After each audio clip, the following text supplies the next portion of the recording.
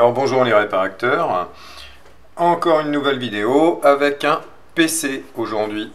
Alors c'est un PC de marque MSI, c'est un gamer, très récent d'ailleurs. Et c'est, si vous voyez, un Pulse 16.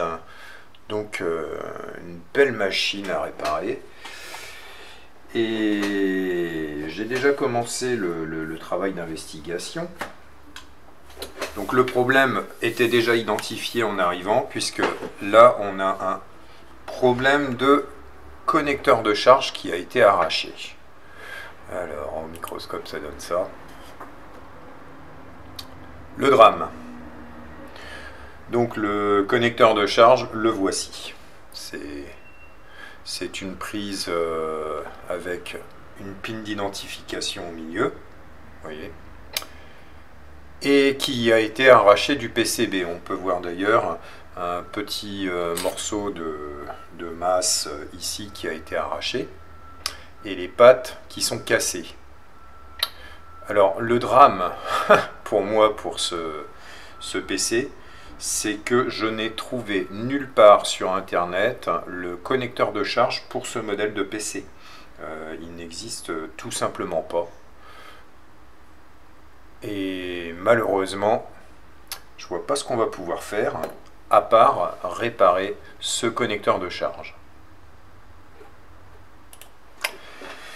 Donc, pas d'autre solution que de réparer cette embase. Donc, on va essayer de voir si on peut la ressouder. Ce qui va pas être facile, hein, franchement. Quand on voit comment c'est cassé. Donc, ici on a les plans de masse, très clairement. Voilà, la masse qui est là, elle court là. Ici on a une petite piste, donc je pense que ça c'est la pin d'identification, et là le rail 20 volts, 19 volts. Donc on voit que le cuivre a été arraché ici. Donc il va falloir recréer un petit contact là, réussir à souder ici. Ici, ça devrait aller. Ce qu'il faut, c'est qu'on écarte un petit peu le vernis pour pouvoir souder correctement la prise. Donc, vous voyez, hein, on voit le pad qui traverse ici, il a été arraché.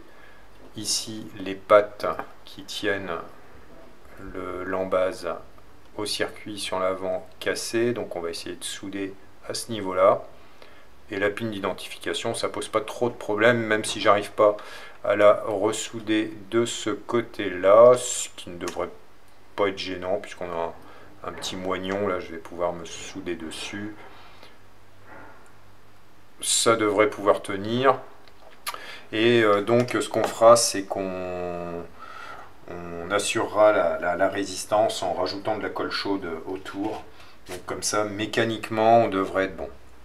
Donc on y va, je vais prendre un petit outil pour fraiser un petit peu le vernis. Je vais redéplacer mon PC comme ça, voilà. Donc c'est un ordinateur qui vaut quand même assez cher, je crois qu'il est dans les 1700 €, un truc comme ça.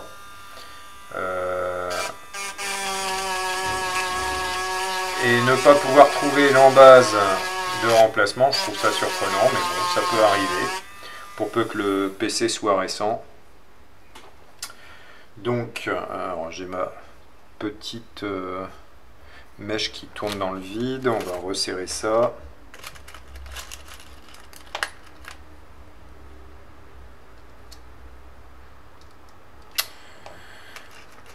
Ça non. Ça non. Ça oui. Alors, je resserre ça.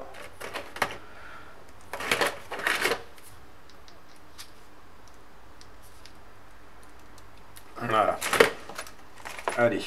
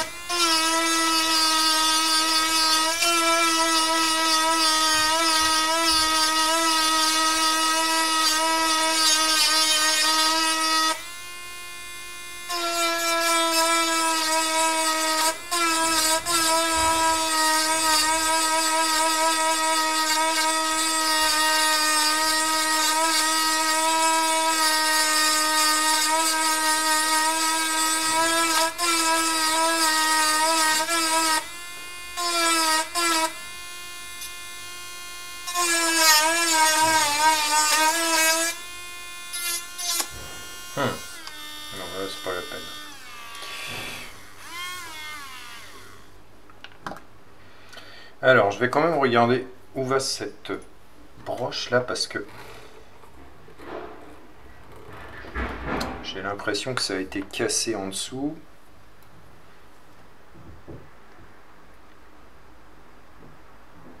Oh bah oui, à tous les coups, c'est cette pin là.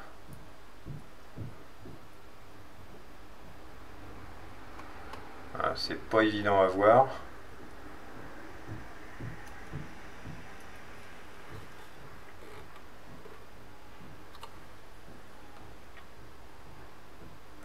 Là, j'ai la masse. Je pense que c'est cette broche là. Parce que le problème, comme c'est une pin d'identification, si c'est pas relié, il n'y aura pas de chargement. Et évidemment, si j'ai même pas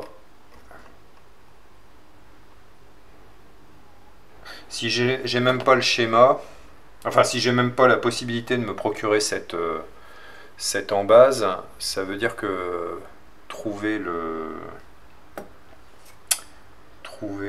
schéma, faut pas rêver.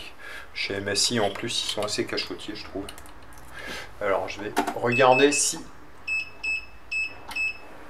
ici ça correspond à la masse.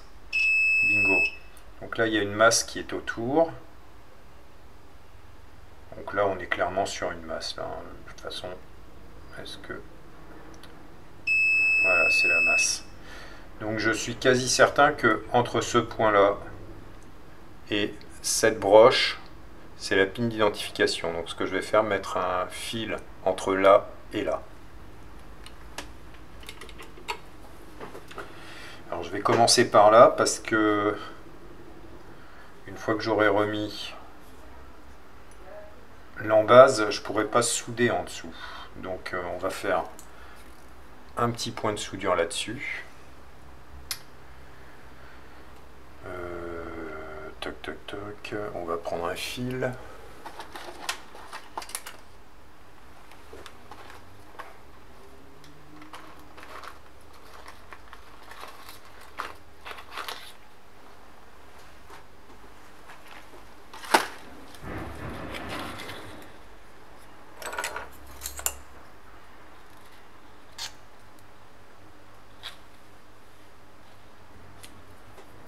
Voilà, j'ai trouvé un petit fil qu'on va pouvoir souder entre la broche cassée et ce point là.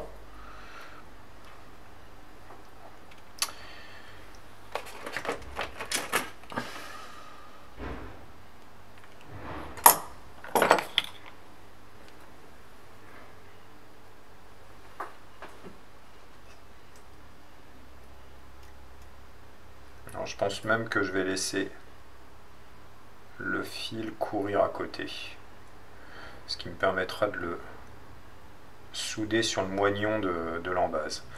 Allez, on va faire comme ça.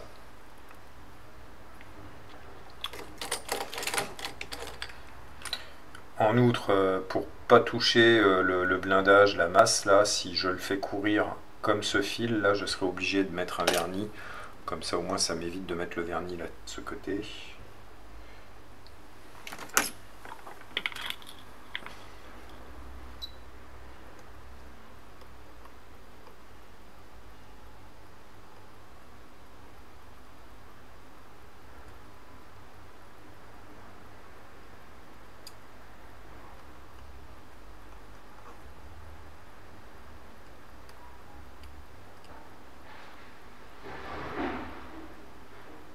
Voilà. Donc ça sera pour la pin d'identification.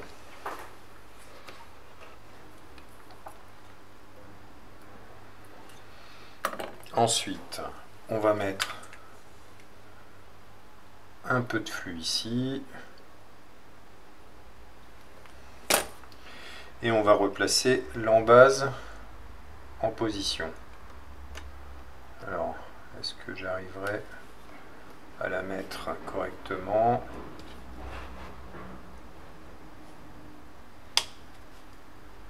Ah bah elle a l'air de s'enquiller là. Il va falloir réussir à la placer proprement. Sur le côté, je vois la pin d'identification, ça a l'air d'aller. Donc, on va essayer de souder. Alors, je dis bien essayer parce que ça peut être des fois assez compliqué.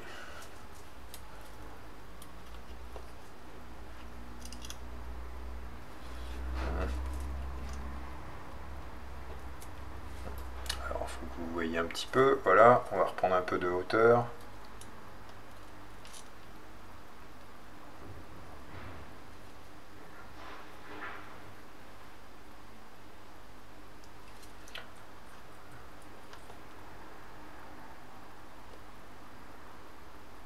Wow, ça chauffe.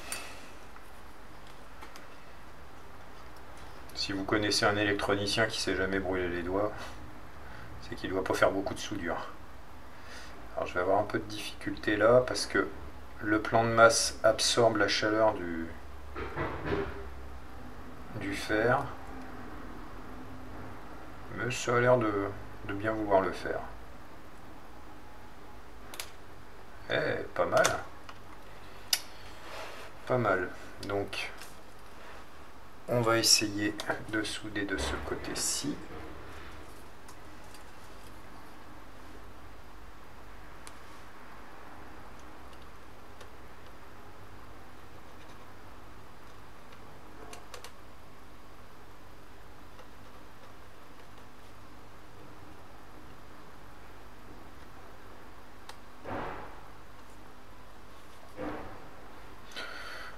Ok, ici, donc ça va être le plus 5 volts, le plus 20 volts, pardon.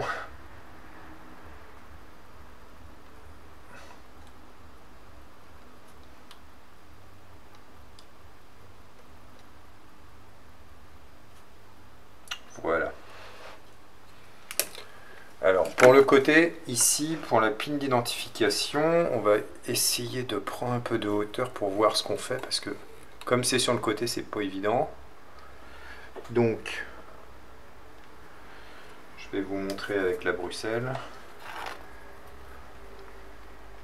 Ici, c'est mon petit moignon, et la pin, elle est juste là, donc je vais la décaler un petit peu.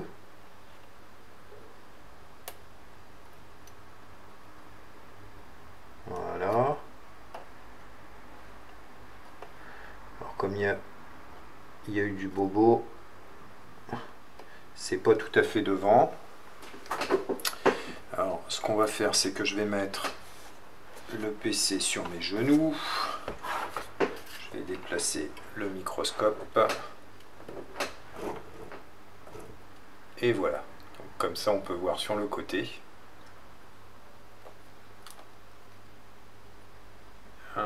C'est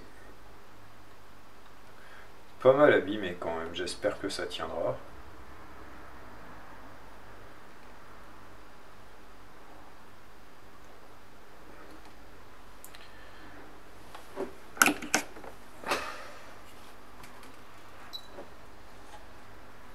C'est quand même un scandale de ne pas trouver les embases. Voilà, donc là, vous voyez, on peut souder le contact. Ce qu'on fera, c'est une petite mesure après. Alors, pour être sûr que ça fasse bien le lien, je vais prendre une deuxième pince, si j'en trouve une. Alors, on va prendre ça plutôt. Hop.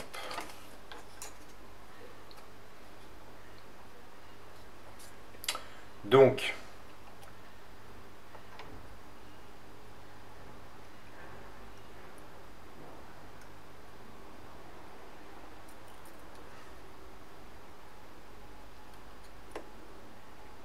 voilà, au moins je serai sûr que la pin d'identification sera bien reliée à la piste d'origine.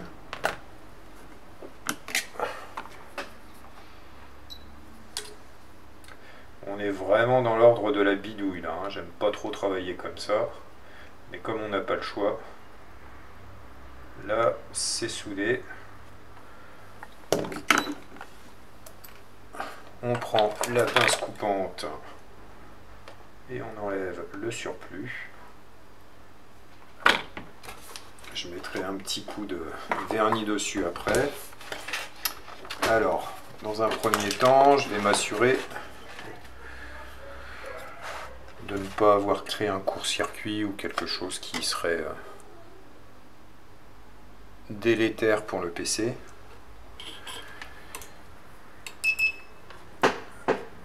Alors,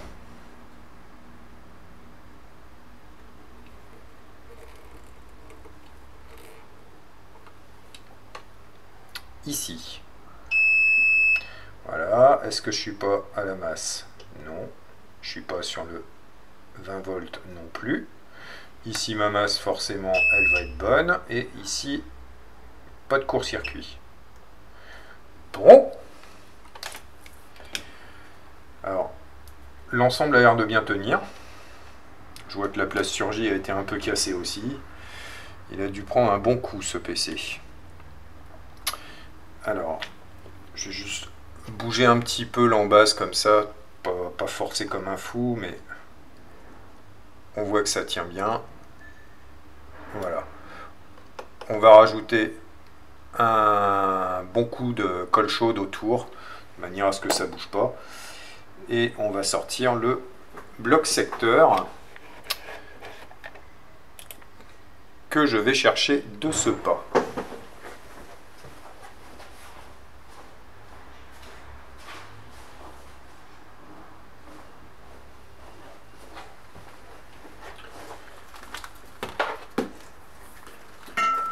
Allez, on relie ça au secteur.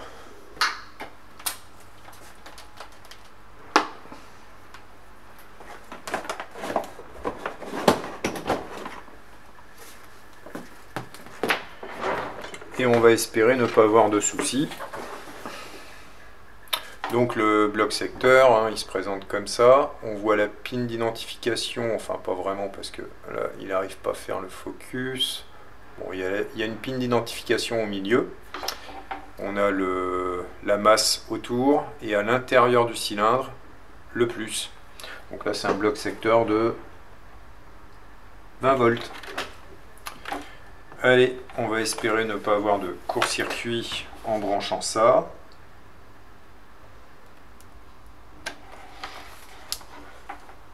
Un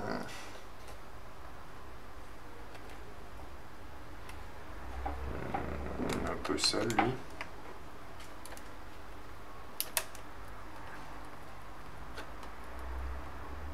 Donc ça c'est inséré.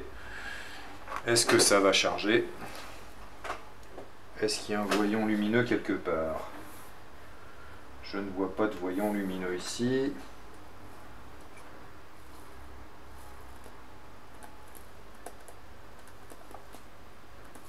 Alors.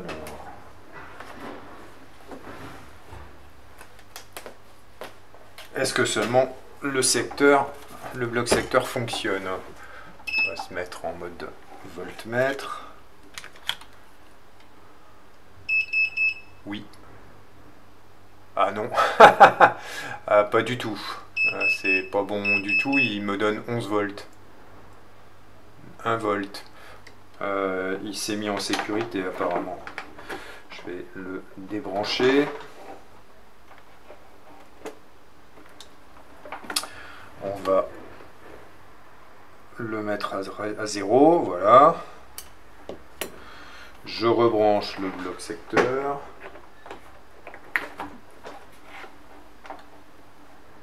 Et quelle tension me donne-t-il? 20 volts. Ben, il semblerait que ce soit pas bon. Ce PC aurait-il souffert plus que prévu? Enfin, prévu.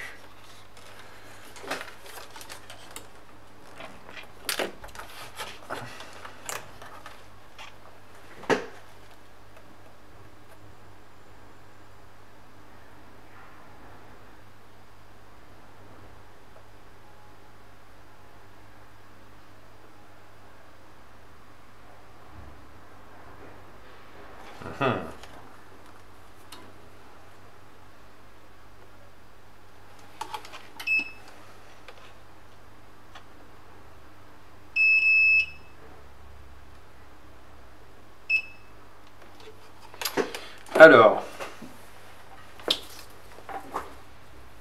comme j'avais débranché la batterie, il est possible qu'il ne démarre pas sans la batterie. Là, il va jusqu'au bout. Je vais rebrancher la batterie. Certains PC ne démarrent pas si la batterie n'est pas branchée, donc on va voir. Hop. La pin de détection au milieu, elle n'est pas cassée. Allons-y.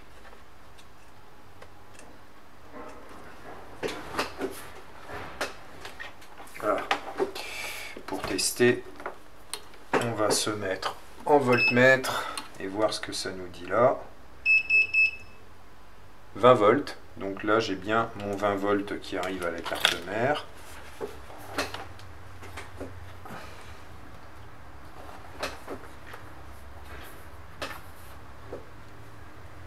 Par contre, je ne vois pas de voyant lumineux. Oh, et bien, ça a l'air de marcher. Dites voir. Ça marche.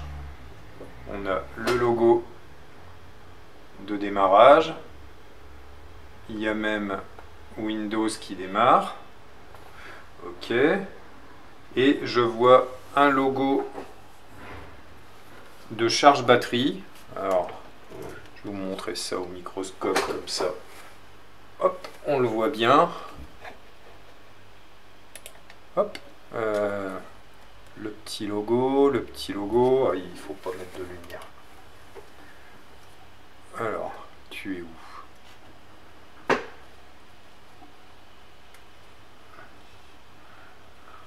Non, on voit pas bien. Là, j'ai appuyé sur une touche. Enfin bon, il me met un petit signe de chargement, ce qui veut dire qu'on a réussi à recréer la piste d'identification du chargeur et donc à brancher le 20 volts pour la charge de la batterie.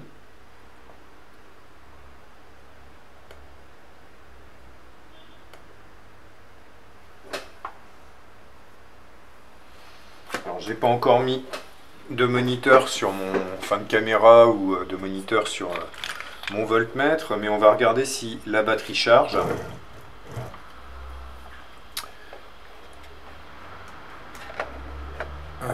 Sur le microscope,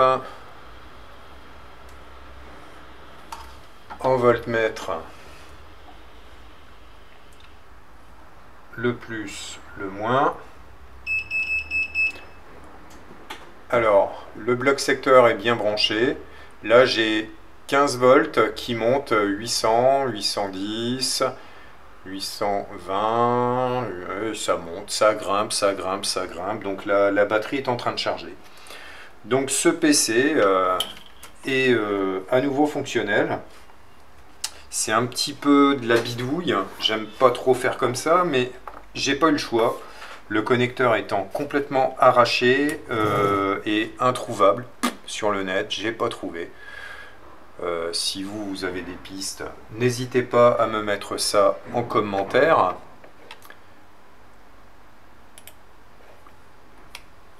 J'ai pas donné le modèle précis, mais bon, c'est dans cette gamme de MSI, hein, donc j'ai dit un MSI Pulsar, non, Pulse 16. Donc une grosse machine. Donc je vais nettoyer le connecteur et le PCB, mettre de la colle chaude pour essayer de renforcer un petit peu le maintien sur la carte mère de l'embase, et dire au client de faire attention à ne pas se prendre les pieds dans le câble et ne pas le faire tomber sur son arrière, quoi, parce que évidemment ça ne supportera pas deux arrachements comme celui-ci. Donc voilà, un PC sauvé, un client content. À une prochaine, et puis profitez bien.